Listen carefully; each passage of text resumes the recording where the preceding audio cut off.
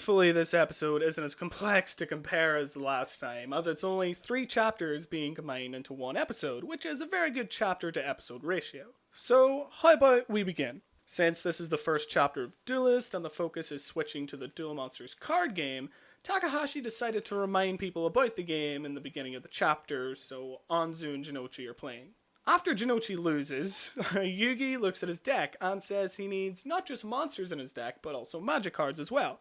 Combos are important in this game. After school, the gang head back to Yugi's house, where Grandpa is closing up shop early for the Duel Monsters Championship. Yugi has a passing thought about Kaiba, and says he went to visit him in the hospital and there's still no change in his condition. Jinochi proclaims, even if Kaiba wakes up, he will never forgive him for what he has done. Then, once they sit down and watch the finals, we're introduced to Insector Haga and Dinosaur Ryuzaki. 2 guesses on what kind of decks they use. Due to using some combo moves, Insector Haga wins the duel. Jinochi is all fired up from this duel, and understanding what combos can do, he asks Yugi to train him. Of course, Yugi, being the nice guy that he is, he accepts. But before they play, Grandpa brings a package to Yugi, and they open it to find a glove, 2 stars, and a VHS tape. Jinochi pops it in, and a message from Pegasus J. Crawford comes up on the television. He tells Yugi to do the recording of him, with the rules of a 15-minute time limit. They're obviously all shocked by this, by a VHS recording asking to do. Pegasus tells Yugi to build his deck, and he has a 5-limit time limit to do so.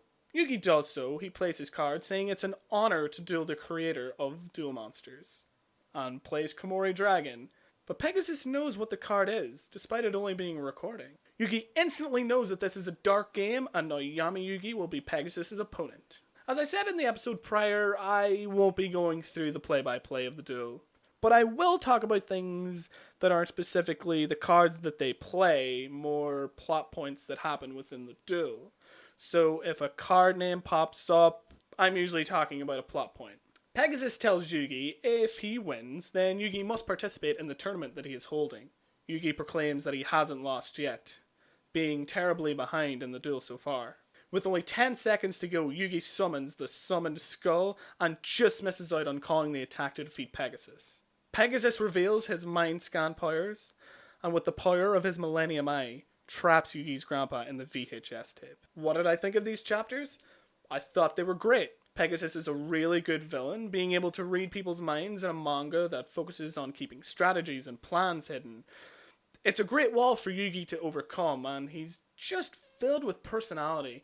He mocks Yugi throughout and constantly has his fake, "oh no" face. He's just having a blast because he just knows he's gonna win. I like how Jinochi wants to learn how to play this game because he knows how fun it can be and just how fired up he gets to learn it. So, that was the manga, and now on to Duel Monsters Episode 2. Thankfully, not many changes in this episode. They didn't have to condense 10 chapters this time into 22 minutes. The only changes are when Yugi looks at Jinochi's deck, they go to the game shop after school to get new cards, and Jinochi asks Grandpa to train him instead of Yugi. No mention of how Kaiba is doing because he isn't in the hospital in the manga. In the anime, Jinochi actually participated in the tournament to take part in the finals that they're watching, but due to only being a rookie, he only takes place in the top 8 to qualify for the championship round. Also, a major change that blankets this entire arc is instead of using battle boxes like they do in the manga, they use stadiums where the monsters are huge. They're more like giant life-size holograms rather than small projection. Whenever Yugi puts in the VHS tape, the entire room goes dark, and Yugi is alone for the remainder of the duel. His friends aren't cheering him on, and he isn't given the 5-minute time limit to build his deck. Yugi instantly claims that it's a dark game and transforms into Yami Yugi. Other than the cards being played and the life points at the end, there really aren't that many differences in the duel.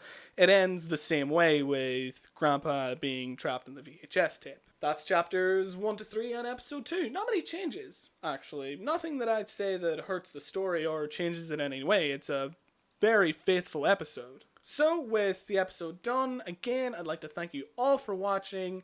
If you haven't already, please make sure to like, comment, and subscribe, and I will see you guys in the next video.